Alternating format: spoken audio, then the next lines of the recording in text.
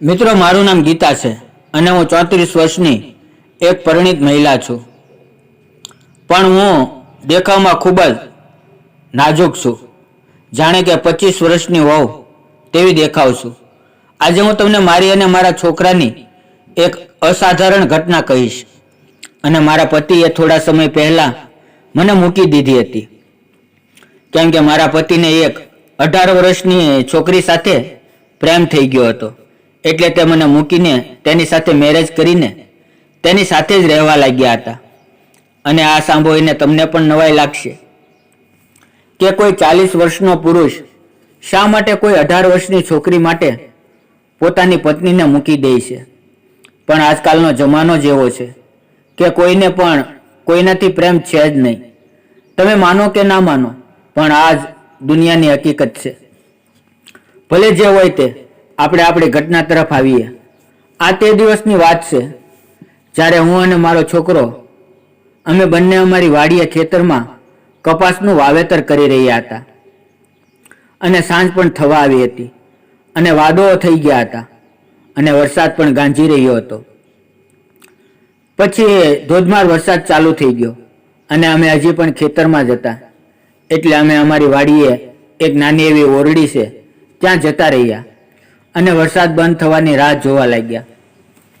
હવે અંધારું પણ થવા લાગ્યું અને આજુબાજુની વાડીવાળા બધા તો વરસાદ આવ્યા પહેલા જ ઘરે જતા રહ્યા હતા.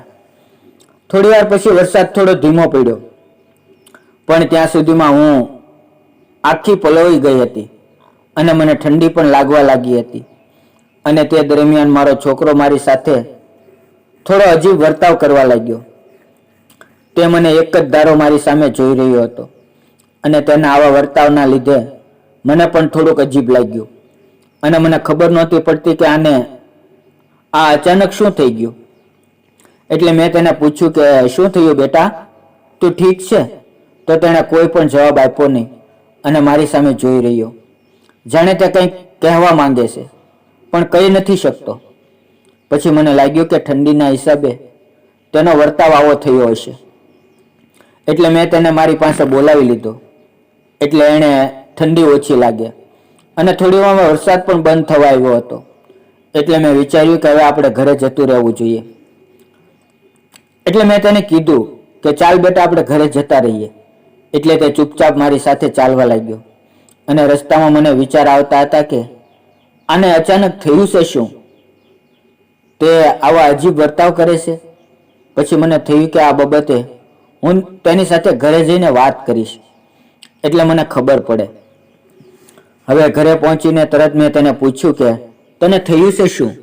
એટલે તે બોલ્યો કે મમ્મી, મને માફ કરી દે, પણ મને નથી ખબર કે મને શું થયું હતું. મને બસ ખાલી ઠંડી લાગી રહી હતી. આ સાંભળીને મને થોડી વાર રાહત થઈ કે ચાલો બધું ઠીક છે.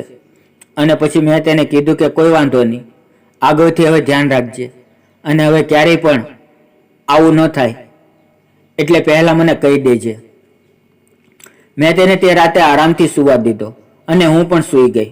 પણ મને એ જ વિચારો આવતા હતા કે શું ખરેખર તેવું જ બન્યું હતું કે જે તે કહી રહ્યો હતો? કેમ કે ક્યારેક ક્યારેક અમુક સવાલના જવાબ ઓટોમેટિક સામે આવી જાય છે. બીજે દિવસે સવારે હું નાસ્તો બનાવી રહી હતી ત્યારે તે ઉઠીને બહાર આવ્યો અને મેં જોયું કે તે એકદમ રોજની જેમ સાવ સામાન્ય નહોતો. પછી અમે બંને પોતપોતાના કામ પર લાગી ગયા. પછી થોડી વાર પછી મેં તેને પાછું પૂછ્યું, બેટા તને ખબર છે કાલ રાતે તને શું થયું હતું? તો તે કહેવા લાગ્યો કે થોડી ઠંડી અને અંધારાને લીધે એવું બધું થયું હતું. પછી હું તેને વધારે પરેશાન કરવા નહોતી માંગતી એટલે મેં વાતને ત્યાં જ પૂરી કરી દીધી અને કીધું કે કંઈ નહીં, જવા દે. ક્યારેક ક્યારેક આપણી સાથે એવું થાય છે જે આપણને પોતાને પણ ખબર નથી હોતી. પછી થોડા દિવસ બધું બરાબર ચાલ્યું અને પાછા એક દિવસ વાડીએ કામ કરતા હતા અને અમે ત્યારે તે અચાનક મારી પાસે આવ્યો અને કહેવા લાગ્યો કે મમ્મી, મારે એક વાત કહેવી છે. એટલે મેં પૂછ્યું કે બોલને શું કહેવું છે? તેણે ત્યારે કીધું કે જ્યારે આગલી વખતે વરસાદમાં મને જે થયું હતું તે તને એવી હાલતમાં જોઈને હું પોતાને સંભાળી નહોતો શકતો અને તેની આ વાત સાંભળીને હું ચોંકી ગઈ અને મારા મનમાં કેટલાક સવાલ થવા લાગ્યા કે શું આ ખરેખર એવું કંઈ હતું કે તેની ઉંમર પણ એટલી હતી કે તે ઉંમરમાં ગમે તે મન થઈ જાય. એટલે મેં તેને સમજાવ્યું કે બેટા, તારી ઉંમર એવી છે કે આ ઉંમરે બધા એવી પરિસ્થિતિનો સામનો કરવો પડે છે. પછી તે માફી માંગવા માંડ્યો અને બોલ્યો કે મમ્મી, હવેથી હું ધ્યાન રાખીશ. પછી ધીમે ધીમે સમય વીતતો ગયો અને ધીરે ધીરે તેની ઉંમર વધવા લાગી અને તે બધું સમજવા લાગ્યો અને તેની ભાવનાઓને પણ સાચી રીતે સમજવા લાગ્યો.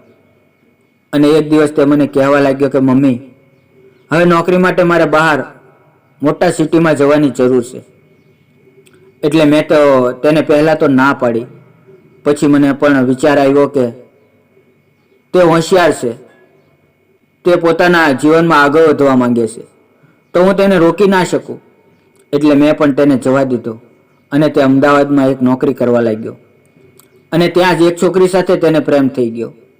પછી તેણે મને કીધા વગર જ તેની સાથે મેરેજ પણ કરી લીધા. તે છોકરી કોણ છે, કેવી છે, કાંઈ પણ જાણવાની કોશિશ પણ ન કરી અને તેને ત્યાં લવ મેરેજ કરી લીધા હતા. અને પછી તેની પત્ની થોડા ટાઈમમાં જ તેના રંગ બતાવવા લાગી હતી. પછી ખબર પડી કે છોકરી તો મેરેજ કરીને બધા પૈસા પડાવીને જતી રહી છે. તેણે મારા છોકરાને પહેલાં પણ ઘણા છોકરાઓ સાથે આવું કર્યું હતું. અને પછી મારા છોકરાને સમજાયું કે માં, તેમાં જે મમ્મી કહેતી તે બધું સાચું હતું, પણ હું કંઈ પણ વાત તેને માન્યા વગર મેરેજ કરી લીધા અને પછી તેણે કોઈ પણ અફસોસનો પાર ના રહ્યો. તો મિત્રો, આપણી આજની સ્ટોરી તમને કેવી લાગી? એક નાની એવી કોમેન્ટ કરીને જરૂર જણાવજો અને ચેનલ પર નવા હો તો સબસ્ક્રાઈબ કરવાનું ના ભૂલતા.